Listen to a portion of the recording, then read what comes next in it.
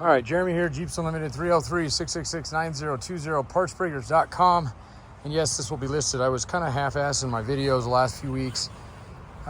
Just there's so many phone calls, which is awesome. I can't complain about that, but just did not have time. And then one day I got time, which is today, it was snowing. So thought I can't make this excuse up anymore. Let's get out and list these things individually, clean them up, the hot seat, the pressure, and show people what they're actually buying. And that's what's worked well for 21 years.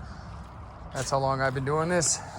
This is a 1960s frame. It will work on anything from pretty much 55 all the way up to 69 and 70, 71 as well. They started changing in those years. They're still a Kaiser Jeep, technically. They're not quite into the intermediate years, but there might be some subtle changes. I say it, and I'm gonna list it as 55, 71, because this one's a modified anyway. Anytime you see a modified in any of our ads, means it's been changed, manipulated, something's different than original, removed, added to, doesn't really matter. Modified frames to us, we still grade A, B, and C. This would be a B modified just because it's a higher modification on the front they did, and they really didn't do a very good job of it. But the good news is that for frame rails, and these are, if you know these old frames or have an old Jeep, you probably already know this, but if not, this is a half, or I should say a quarter box frame with most of it being unboxed, which is the back 3/4 of it. You can see that here, and then the front going forward. So to strengthen them, you can of course box them if you need to. It's really not needed. They're pretty light duty Jeeps back in the day, but if you're gonna be heavy wheeling it and just looking for this as a chassis to build from, yeah, I would probably box this thing in and put some more bracing in it. As you will know, when you pick them up, they really don't weigh this much. I bet this frame weighs tops to 250. So with that said, let's talk quickly about, I'll show you, let's just walk around it first off. So point of the videos are, as you probably understand and realize, is they're really for you and for me more so on the end of, I get to grade them as I go, and I see things maybe I didn't see when I was just briefly walking by it.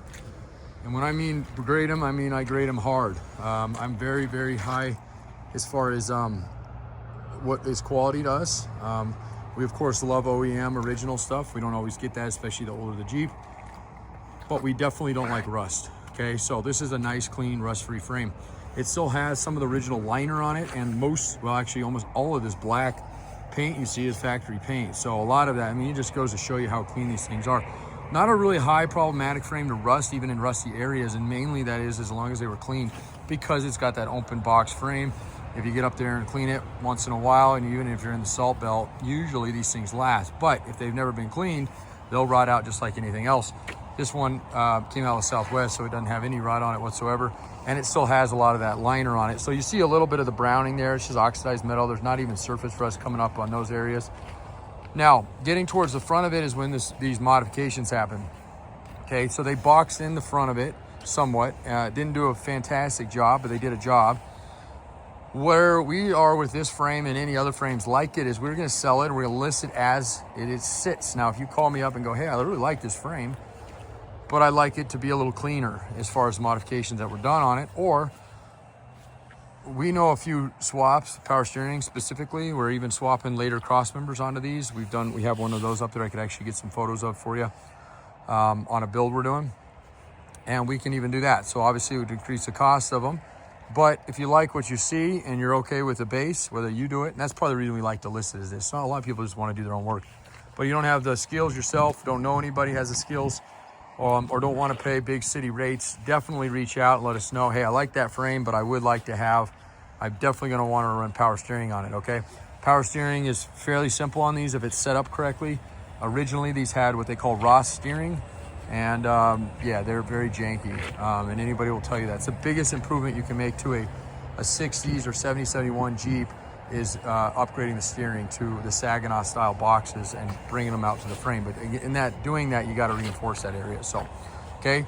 So in my opinion, and I would imagine that well, I'm not imagining this, those are not factory mounts, and they were, in my opinion, horseshit. It's probably was set up because they look very close to a Buick mount.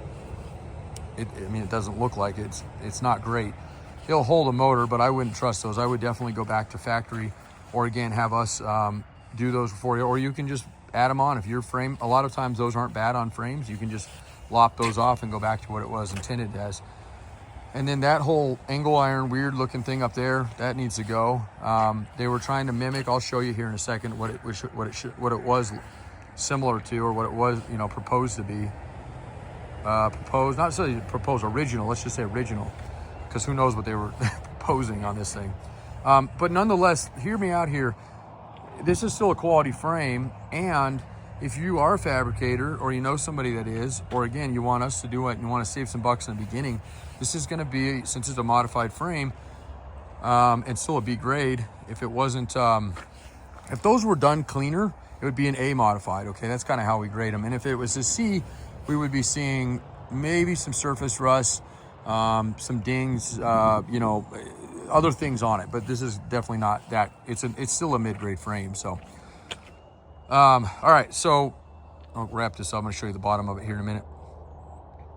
Where was I going to go with that?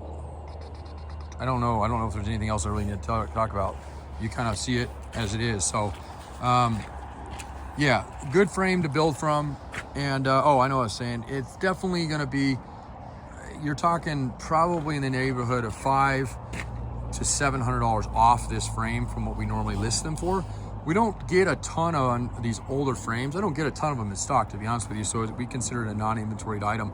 But when we do get a nice clean one in, especially if it's not modified, it's all original clean, yeah, we can probably get $1,800 out of it. So this one, my guess is going to be right around the $1,100-1,200, and that really just depends on, as I go through my frames today, however many we have left. If this is the only one we have and it happens to be modified, you'll keep it a little bit higher on the price point. But just as we all know, supply and demand. So keep that in mind, all right?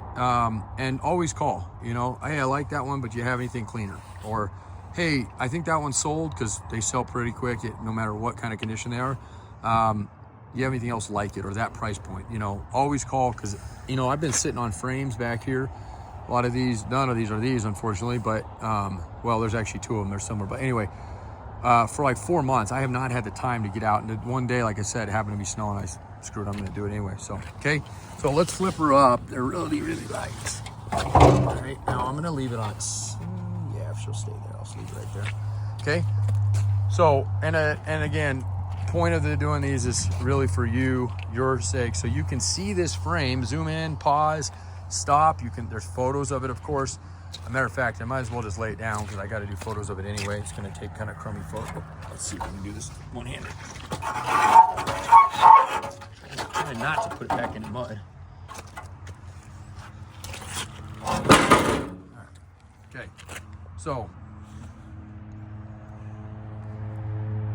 let's see here. Got a text. Siri, I did not talk to you. Close, please. He's not going to listen. Okay, I can't really see my screen, so hopefully you guys are still seeing this thing. Anyway, oh shoot, let's see. All right, there we go. So here's the bottom of it. So if there's any questions, comments, concerns, advice, by all means, reach out. You know, if you know something about this era or what they were doing here, I love learning, and sometimes I don't get to learn a lot in this. I've been doing it a long time, but I'm always open to it. So by all means, you know, and if you see this thing up for sale on our site and it's February 2025 and it's still here 2026, yeah, we get a little softer on our prices over time, right? So it usually doesn't happen. Our frames usually have a shelf life of about, at tops, maybe 2 months. Usually within a few weeks of listing, especially when they go up on YouTube, they sell. But you never know, especially a modified one. Somebody may not necessarily want to deal with it. This one, if it sits too long and we have another project come in, we'll end up fixing it ourselves and may relist it, may not, may go on to a project we're working on, just depends.